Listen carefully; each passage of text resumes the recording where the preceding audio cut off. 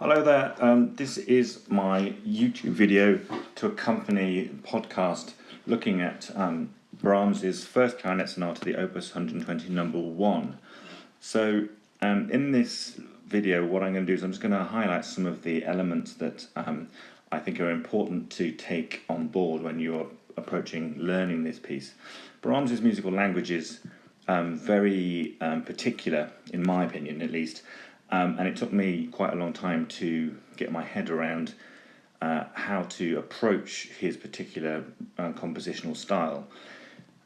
So I thought it would be a useful thing to kind of go through and just highlight some of the elements that make up this fantastic sonata, particularly the first movement. The first movement, both this and the Opus 120 number 2 sonatas are really rich in their material and all the things that make them striking pieces, and in fact the first really fully formed and complex sonatas written for the clarinet. So first things first, when we look at the introduction here, we see that interestingly this F minor tonality is established with these open octaves in the piano. This gives the piece a very striking feel and very much sets the tone for the rest of the movement. There's no harmony here at all, so that lends a very particular sound. And then when the clarinet comes here with the main theme, that's when we start to flesh out these notes with a richer harmony. As we go through the piece, the harmony becomes richer and the piece becomes more contrapuntal, lines flowing across each other, lots of imitation. So we establish our F minor, and you can see here in the clarinet part that we have this sort of almost like a slow waltz in a way, if you like. So these large intervals, which can be quite tricky for some players, and here we have these intervals of a tenth going up to the high E flat, which sometimes can be quite tricky to achieve, particularly when we want to try and play with this sort of high romantic sostenuto style, where we're really thinking about the horizontal line of joining the notes one to another. One of my teachers, I remember when I was at music college, said to me, it's not so much about the notes themselves as the distance in between. It's how you get from note to note. It's those invisible places as you pass from one note to another, making sure that you're always providing enough air so that it's as smooth a line as you can make. Even when you've got to say some of these really large intervals, if you see here, there's an E flat down to the F sharp, and then A down to B flat. All of these intervals, these sort of large falling intervals, are happening at the ends of the bars. And even though we would ordinarily obviously we're tonguing the first note in each bar here, in these places, we need to make sure that we're thinking about this space here, how we join the crotchets into the next articulated note. The other thing to bear in mind is breathing in all of this. I think this first phrase needs to be all in one breath, all the way through to here. So we're starting here, and we want to go through to where the first rests are marked, and that means you have to really fill up. In my podcast I talk about the dynamics, so I'm not going to go into too much detail about that, so you can check that out on numerous platforms, and I'll talk about that at the end of this video. But we start just poco forte. It starts in the piano poco forte, and that isn't as loud as perhaps some people end up playing it, and then we don't have a full forte until the second part of this introduction. So then we have some more things to look at, which is a new rhythmic device which takes centre stage, or is developed through the piece, which is this figure here, which is kind of like the ta-da kind of figure. Yum da-dee, da-dam, da-da. This figure becomes a feature, and it's first stated by the piano, as you can see. And later on in the movement, it is used to good effect. Other things that we have just to have a look at, we have this figure here, which starts in the clarinet and then is echoed in the piano. This sort of smooth rising figure. and one more, I'm just going to see if I can get a different colour, is this figuration here. So this is a hemiola. So if anyone doesn't know what a hemiola is, it's a big 3. So here we've got 1, 2, 3. It's like having a 3/2 bar in place of a 3/4 bar. So it's we're holding over, we're playing minimums 3. So it displaces the beat, and this is one a device that Brahms uses an awful lot. He likes playing with the impression of where the beat is, where the downbeat is. Having started with a very strong sense of 3/4, throughout the movement he's always subverting that 3/4 so that we feel like we're in different parts of the bar, and this can has the effect of making things sort of feel hesitant or that they're dwindling away. But this hemiola becomes a feature. So if we move on to the second page, some of these things you can start seeing already being kind of implemented and developed. So here we've got this rising figure that we had a moment ago is now in triplets and is answered by a sort of a falling figure. There's lots of imitation in this movement, either initiated by the piano and imitated by the clarinet, or vice versa. So you can see this and then again repeated. So these are figures, and then the piano you see here has the melody and has these large intervals, the intervals of a tenth, and this falling figure here with the clarinet embellishing. Then we move into the sort of transition. It's the moving into the second subject. The second subject itself is really here. So this is where we have the new idea. But before that, we have a linking passage which starts here. So this linking passage is using that idea of the hemiola. So you can see here the 1, 2, 3 figure, which is then done in sort of syncopated with the hands of the piano. So we have it starting in the left hand, and then the hemiola is imitated in the right hand, and then this is then answered by the clarinet here. So this acts as a linking passage, and the hemiola keeps repeating over and over. So we can see it happening a lot, and then the clarinet takes it over before the second subject itself is introduced. So this figure here, this is where we get that ta-da figure that we talked about before. In my opinion, this gets too clipped here in the if you look in the clarinet part. This note here is clipped, and I always say to pupils, just make sure you're playing that for a full quaver, because underneath you here you can see the piano has got semiquavers, yabba dabba dabba da da, yabba dabba dabba da dee. So in order to make sure that we are playing together fully with the piano and that our notes are acting as a real duo, we need to make sure that we don't shorten these notes, these quavers, because they have to fit absolutely with what the piano is doing. So that da-da idea is now being developed and exploited in this next section, and it becomes a really strong feature. As you can see here, we've got it in the piano, and then the clarinet takes over doing the same kind of thing. This non-legato idea here is important. So these semiquavers that we have in the piano part, they're sort of quite breathless, they're moving in contrary motion. So we have this sort of, this energizing, sort of frenetic, increasingly frenetic piano writing. And then again we have this imitation here. Once we've had all this breathless rising and excitement, piano comes in with this ti-da-da-da-da, which is imitated in the clarinet, and then again ta-da. So we can keep seeing these figures. Now there's a new sort of texture that happens after the final ta-da, which is this figuration that starts here in the piano. These notes that are melodic notes that are decorated with all these breathless semiquavers. So this kind of relates back up to here.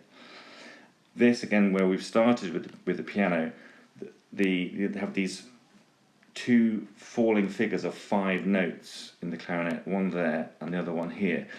Again, it's imitating the piano, so it's sort of stated by the piano, but then is taken over as a melodic line in the clarinet.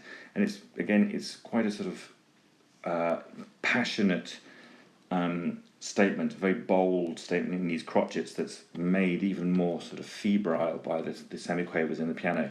This is then taken up later on in the piece when we have the sort of the development section, and is much more difficult on the return. And Brahms does one of his fantastic rhythmic displacements to make it really, really tense, to ramp up all of the emotion in this movement. Another thing then we have here, which is not so much new, but it's a new feature. Are these sort of long accents, like little diminuendos with this sort of sobbing or sobbing figure. Brahms had a little bit of an obsession with falling strings of thirds in his later works, particularly, and some people have said that they have a representation of death, or the foreboding of death. His 4 serious songs, which are the last pieces he ever wrote, have lots of these sort of strings of falling thirds, and it's no surprise then that here we have this a ti-dum, ta-dum, ta-dum, ti-dum, this sobbing figure which sort of disintegrates by use of the hemiola here. So there we've got a 1, 2, 3. So all of this kind of energy that's been building up before just sort of leaches away, sort of slightly sense of fatigue and frustration. I'm trying to think of another word. Then on the next page we have this rising figure again, what we had before. Now it's fleshed out with much bigger chords in the piano, and there's a really quite sort of impassioned response in the clarinet here, again with forte from quite high on the instrument, relatively speaking, for Brahms's writing. And you can see here that hemiola is omnipresent in the piano part. And then this developed, and we have this sort of bell tolling. Again, we've had all this sort of falling figure, tira, tara, this sort of figuration of falling figures in pairs, sobbing down, and with this tolling bell here. And we've got our C minor. That figure that we had, the second subject transition here with the hemiola, again it's working. Now we've got the same music as we had before, but in a different key. This is moving to a development section, and then is rather unexpectedly, having been in flats, we suddenly find ourselves in E major, and this is really really clever. How Brahms manages to get himself from F minor to E major and back again in a musical way. It's very, very clever. Always moving by a semitone, and that's a very romantic period, chromatic kind of sliding. Still, it's very skillfully done. So when we go through the development, we can see all the things we talked about before. We've still got our hemiola passages, and moving on to the next page, things start ramping up. So that falling figure we had before, which was 5 notes, is now syncopated and is shorter and more urgent. We have this forte marcato, which is arguably the loudest dynamic you get in this piece. There is one fortissimo in the piano, but not in the clarinet. So we have this da dee da ya ba ba be da, which is then repeated again here in that bit there. So and then we go back to the ti da da da di di di di di da da, and then that dry bend marcato here in the piano. It's kind of almost like a machine gun kind of quality. Da da da da da da da da da. Again, you can see these thirds, chords in thirds, and all of this imitation going on. The ti da dum da ta da dum da ti da da, which gets shorter, get closer and closer to the entries. We have this until we have this most the syncopated hands here, where they're hammering one from the other in semiquavers. And if this has been forte, sempre e ben marcato, and we have a crescendo, then that means that this is really fortissimo in the piano. It's really, really strong. And we have this this figure again that happens in the clarinet, where we have this octave syncopation, again with the hemiola, which takes us back through a linking passage here. This is a link, which takes us once more eventually back to our recapitulation here, which is embellished. The first time through also we had those large intervals, and here the large intervals are fleshed out with triplets. So decoration, so you have decoration in the clarinet, and this is answered with triplets in the piano. And then we're still now developing the music we've had, where we have those long accents. Here we have this tee-dum, again this sighing or sobbing figure with these long accents that we have here written underneath. But it's important to notice that this figuration with the long accents disappears here. They're not there. So this is much smoother, more sostenuto figure as the energy disappears again, and we return to that second subject linking idea with the hemiola and the response in the clarinet.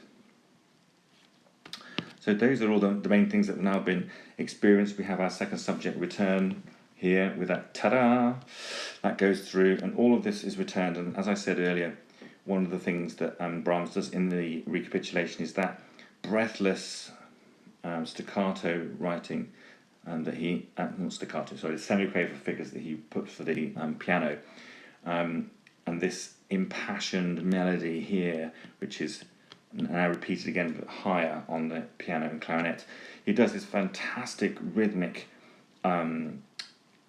diminution, whereas before we just had the crotchets. He now makes it really have a very unsettled feeling of these dotted quavers, which goes yagada dagada dagada dagada dee da yagada dagada dagada dum da. This in combination in between the clarinet and the piano, this is one of the hardest bits of ensemble in the whole sonata. I know when I was learning this as a student, it took me ages to get my head around how these rhythms would fit together. I wasn't so used to working on ensemble in this kind of way in this sort of period. Contemporary music from 20th century onwards maybe, but this sort of has a really unsettling effect.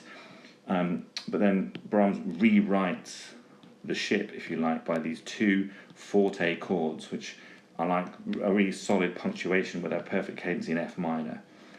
And again we have our sobbing figures returning, tee-dum, ta-dum, ta-dum, ta-dum, which again lead us down, down, and this sobbing figure that we had before. And then we're coming into the closing sections of the piece. This is when we get to this sostenuto. This is the coda. So we have a new texture appearing here in the piano, and for this beautiful sort of ending to the movement, we've got these rolling, sort of almost like strummed chords in the piano. Often players play this way too fast, in my opinion, on the clarinet, because we need time for these big chords, each of these big chords to roll, and it to sort of feel like it's full of emotion. So we need to really play quite considerably slower at this point. And this opening figure, which is a sort of a variant on the opening in the clarinet, it sort of expands and contracts, so it goes up and it comes down, and then it repeats with a crescendo here, with a longer figuration, becomes more impassioned, and again ends with our pairs of quavers. And this is taken over by the piano, as you can see here, and then it goes all the way down. I always think it's all of the energy, all the frustration and bitterness sort of finally ebbs away as the piano goes down to this wonderful bottom C here. I always want the pianist to play this, quite strongly, even though we're in a diminuendo, and we go down to piano sotto voce. Kind of want this to sort of take plenty of time, so that we feel this this cadence, perfect cadence here between the C and the F. So we have the music that we had at the beginning. This is our introduction music again. And the clarinet then takes over after these very open fifths that you have here. You've just got F and C, which is neither major nor minor. So we start with the minor here, restating this as being F minor, but quickly here we see we have an A natural, which is then we have this F major arpeggio that takes us. It's kind of like what I was always taught was a tierce to Picardy, or a major close for a piece that has been in the minor.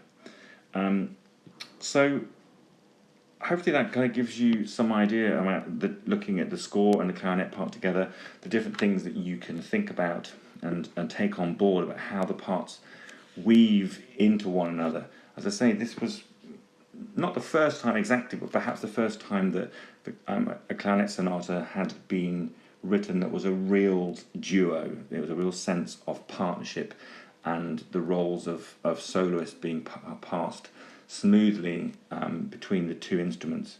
So the clarinet is just as much an accompanist, if you like, or an imitator as it is an instigator. If you go to my podcast, you can hear me talking a little bit about how to approach the dynamics and putting this piece into a bit of context in terms of romantic music in general and how to approach it as a clarinetist. You know, we don't have as much early music to contend with, so we don't necessarily always know about classical music phrasing, classical period phrasing. So we have to take a little bit of time just to try and understand where this music came from. And when we do that, then we get a fuller understanding of how we can approach it. So do go and check out my podcasts. They're available on my website, www.stuart-king.com, and the podcast is available on numerous platforms, on Spotify, Apple Podcasts, Anchor FM, and other places like that. There'll be more information in the information below. Thanks for listening, and I'll look forward to spending some time investigating some music with you again soon.